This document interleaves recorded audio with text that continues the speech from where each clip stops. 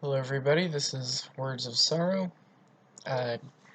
No, you're not dreaming. This is another video. There's gonna be a little bit of background noise in this one as I have my cooler going. It's kind of hot in here. But today we're going to be playing Atriox. Specifically going to be showing off a build that doesn't work on every single map, but is very effective. And it's my go-to Atriox build. You get fortifications as your first point, you go generator first, and you go armory fifth.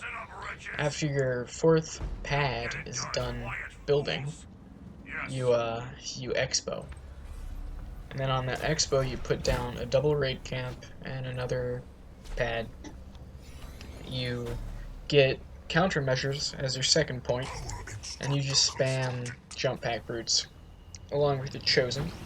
Of course, sack the armory for a second generator, and a lot of the time with this build I find that I'm stacking a lot of blue because I'm not really spending a lot of it. I'm spamming jump pack brutes instead of grunts. So I happen to get a third gen up on tech 1 a lot of the time, which is fine. This build is not very tech oriented. You're going to stay in Tech 1 for a while, and that's fine, because Atriox is very strong in Tech 1 due to the Chosen and the countermeasures brutes. But his mid-game is very dependent on how you perform in Tech 1. If you lose your Chosen in Tech 1, chances are you're going to lose the game. That's just how Atriox is. He's very dependent on the Chosen. And he's also very dependent on doing a lot of damage to the economy.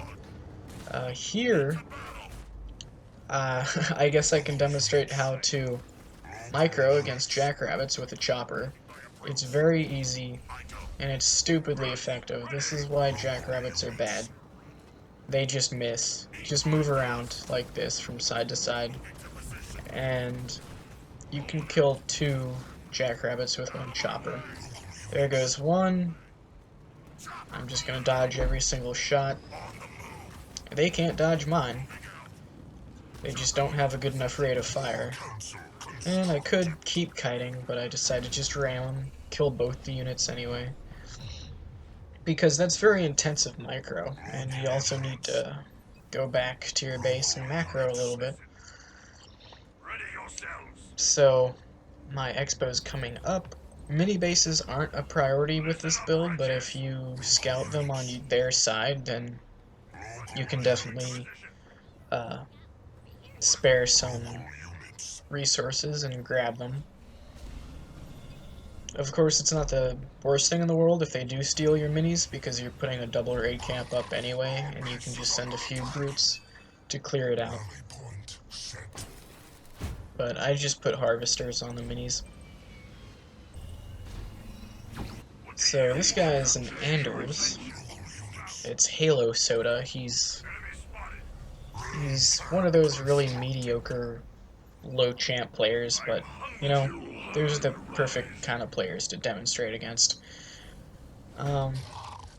So yeah, not much is going on. I'm starting to pump my jump pack brutes, and I'm gonna get aggressive on his minis really early. You could take some nodes before you get aggressive, but it really doesn't matter too much. I just don't want to waste time and let his Spartan get on the field.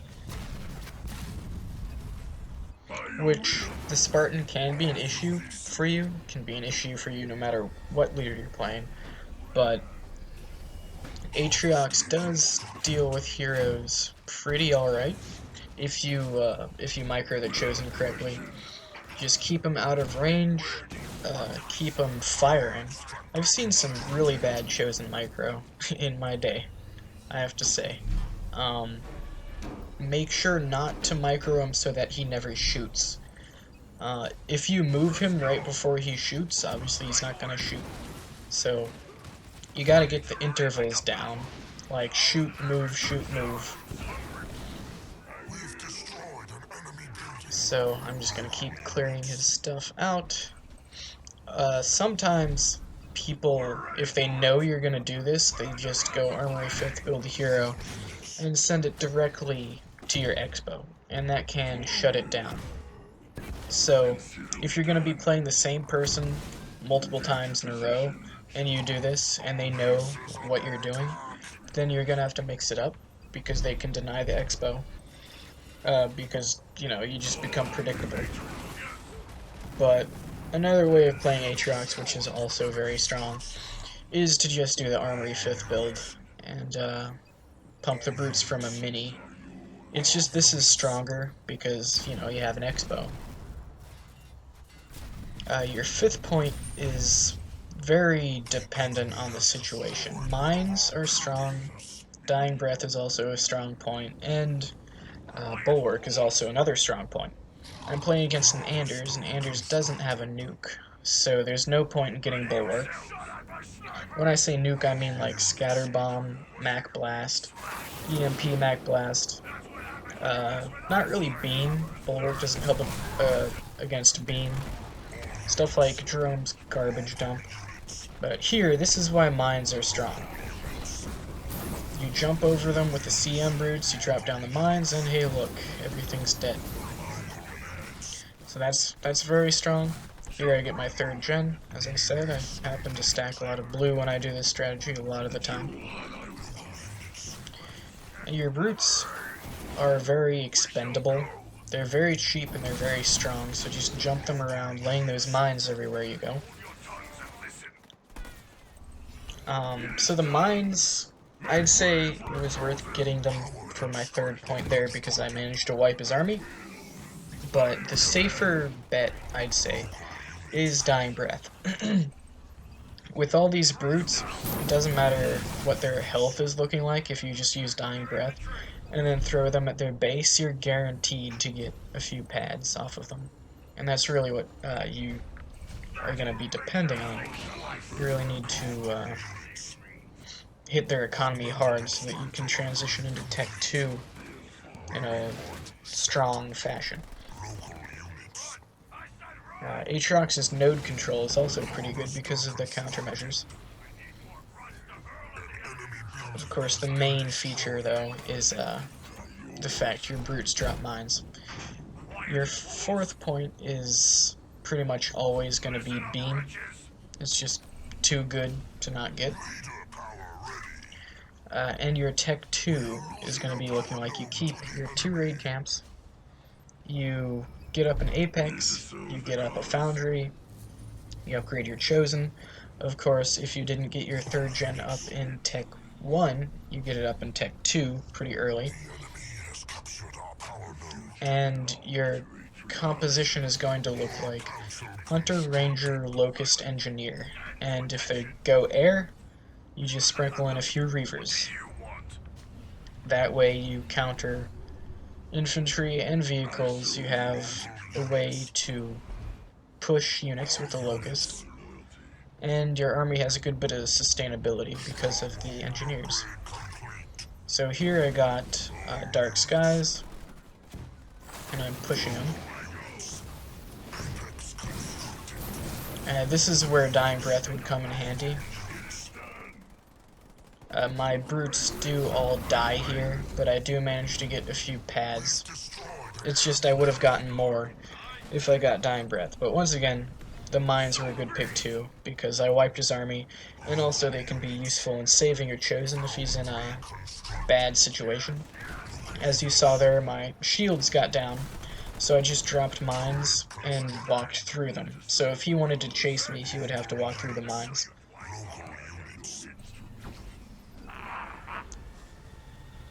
Also make sure to build turrets when you can. They're very cheap, since you got fortifications, and they're just useful to have. You never know when there's going to be a surprise push on your base. Banished turrets aren't great, but they're more than nothing, so might as well build them since they're so cheap. Your 5th point as Atriox is also kind of like dependent on your situation.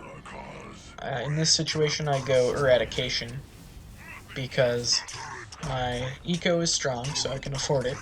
He's on the back foot, so I can build units to counter his units, and then just use eradication to break his base.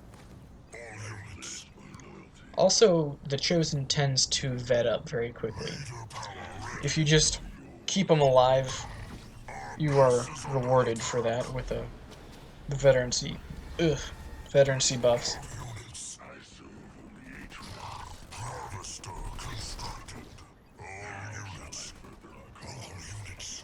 Still not too much going on. He's got just a few Marines, his hero, and the Gale. The only thing here that's scary is the hero. If it weren't for that hero, I could just plow through everything he has. But I'm going to wait until I have a little bit more of a mass, and then I can push his base with eradication and end it. If you don't have the eco for eradication, or even if you don't need it, like if you're the one playing defense, then definitely don't get eradication. Unless you have a few like Dark Skies jump pack routes that you can sneak around and soften their base up with an Erad, then wipe them with the brutes. You could do that, but a lot of the time, I'll go beam 2. Actually, I'll go beam 1 and then 2 if I really need to kill an army. But most of the time I can just get Erad. And that's what I'm about to do. Just stroll up to his base and Erad. So Trox, as I said, has a good early game, and his mid game really depends on how you perform in Tech 1.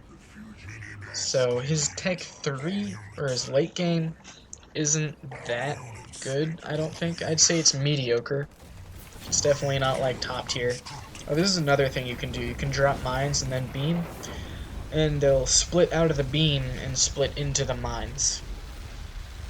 So that's another good thing you can do, if you get mines, that is. There's the Erad on the base, and it's going to red bar like all his pads, and I can just pick off all those very quickly with the locusts. So that's how you play Atriox. I wouldn't recommend this build on like Fissures or Frontier, really small maps that is, but for the most part you can do it on medium or big maps, and it works out really well. So, I hope you enjoyed. I hope you learned something, and I'll see you next time.